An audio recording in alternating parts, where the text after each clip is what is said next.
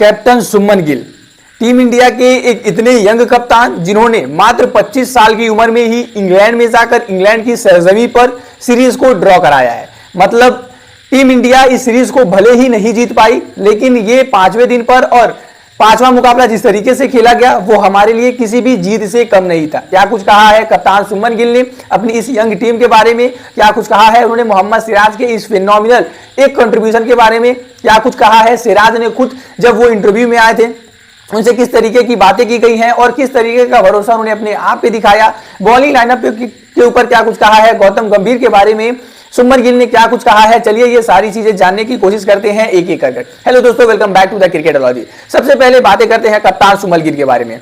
जिस तरीके से इस टूर पे आने से पहले कप्तान सुमन गिल के बारे में हजारों सवाल या जवाब उठाए जा रहे थे, जिस तरीके से इनके ऊपर बहुत सारे वो क्वेश्चन मार्क थे। क्या ये टेस्ट टीम को लीड करने के लायक हैं? क्या ये टीम को अच्छे तरीके से आगे लेकर जा पाएंगे? क्या ये उस टीम को लेगेसी को बरकरार रख पाएंगे जिस टीम की लेगेसी को रोहित शर्मा और विराट कोहली ने बनाया था? क्या वो इंग्लैंड में जाकर रन बनाने के साथ साथ सीरीज को जीत पाएंगे या फिर ड्रॉ करा पाएंगे? या फिर बहुत सारे लोगों ने तो पहले ही कह दिया था कि हम 5-0 से इस सीरीज को गंवाने वाले हैं। यानी इस यंग टीम के बारे में लोगों ने पहले ही ये बोल दिया था कि आप 5-0 से गंवाने वाले हो और इंग्लैंड की टीम 5-0 से आपको रौंदने वाली है। तो ये विश्वास था लोगों का टीम इंडिया के ऊपर, लेकिन जो कुछ करके दिखाया है कप्तान सुमन गिल की इस यंग इंडियन टीम ने वो वाकई काबिले तारीफ है। और यही सुमन गिल ने भी कहा। सुमन गिल ने कहा कि गौती भाई यानी गौतम गंभीर भाई ने हमें पहले ही यहां पर कह दिया था कि लोगों की नजर में ये टीम यंग है, यानी लोगों की नजर में हम यंग टीम है, लेकिन मैं अगर बताऊं तो हम गन टीम है।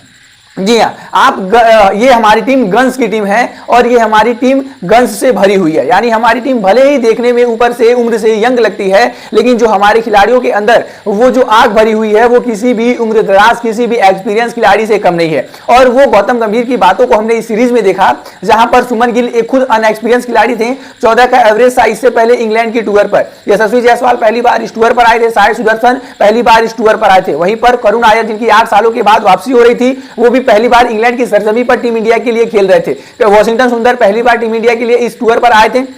तो यहां पर बहुत सारे बदलाव हमारी टीम में देखे गए थे। बॉलिंग में हमारे लिए जसप्रीत बुमराह नहीं थे और यंग टीम हमारी पेस लाइनअप भी थी। आकाशदीप पहली बार, प्रसिद्ध कृष्णा पहली बार, ये सारी टीम हमारी यंग टीम थी और इस वजह से कहीं ना कहीं हमारे ऊपर दबाव भी बहुत ज्यादा था। लेकिन सारे खिलाड़ियों ने अपने अपने किरदार को इतने बेहतर तरीके से निभाया कि सुमन गिल की कप्तानी ही नहीं बल्कि सारे खिलाड़ियों की आज बड़ाई की जा रही है। जी हाँ, सुमन गिल ने कहा भी कि इस यंग टीम को लीड करना मेरे लिए काफी ज्यादा इजी चीज हुई और मुझे ज्यादा चीजें सोचने की जरूरत नहीं पड़ी। जब उनसे प्रसिद्ध कृष्णा और मोहम्मद सिराज के इस मैच की बॉलिंग की बातें की गई तो उन्होंने कहा कि अगर मोहम्मद सिराज और प्रसिद्ध कृष्णा जैसे एक लाइन और लेंथ और सटीक गेंदबाजी करने वाले गेंदबाज हो तो किसी भी कप्तान को ज्यादा परेशान होने की जरूरत नहीं होगी। हालांकि आप जरूर देखेंगे कि पहले इनिंग में और दूसरे इनिंग में भी इन दोनों गेंदबाजों ने ज्यादा रन जरूर कंसीड किए हैं, लेकिन वो इंग्लैंड का माइंडसेट है कि वो उसी तरीके से बल्लेबाजी करते हैं। लेकिन अगर आप देखोगे तो पहले इनिंग में मोहम्मद सिराज ने 4 विकेट, प्रसिद्ध कृष्णा ने 4 विकेट, वहीं पर दूसरे इनिंग में मोहम्मद सिराज ने 5 विकेट तो प्रसिद्ध कृष्णा ने 4 विकेट लेकर इस पूरी इंग्लैंड की बैटिंग लाइनअप को अकेले ही ध्वस्त कर दिया।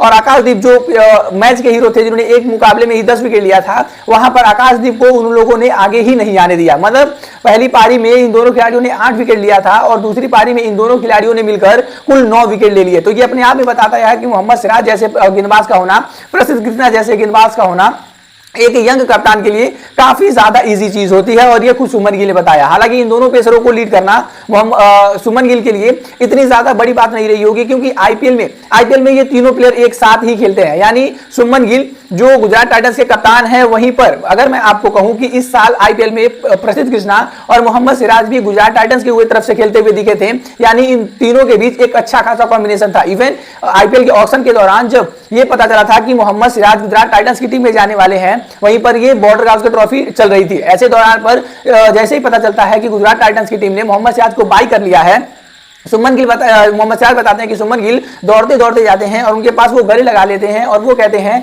कि अब आप हमारे हुए, मतलब अब आप मेरी कैप्टनसी में खेलोगे, अब आप मेरी टीम में खेलोगे। वहीं पर मोहम्मद सिराज ने जो प्रेस कॉन्फ्रेंस में चीजें कही वो भी सुनने लायक है। मोहम्मद सिराज ने कहीं ना कहीं उनके ऊपर वो बार बार वो हैरी ब्रूक का कैच का प्रेशर वो नजर आ रहा था। हैरी ब्रूक सिर्फ 25 रन पे थे और उसके बाद हैरी ब्रूक ने 111 रन बना दिए और मोहम्मद सिराज को कहीं ना कहीं ये गिल्ट फील हो रहा था, यार मैंने वो कैच ड्रॉप कर दिया। हालांकि वो कैच ड्रॉप नहीं था, वो पकड़ने के बाद बाउंड्री के अंदर घुस गए थे और एक्स्ट्रा 6 रन मिल गए थे।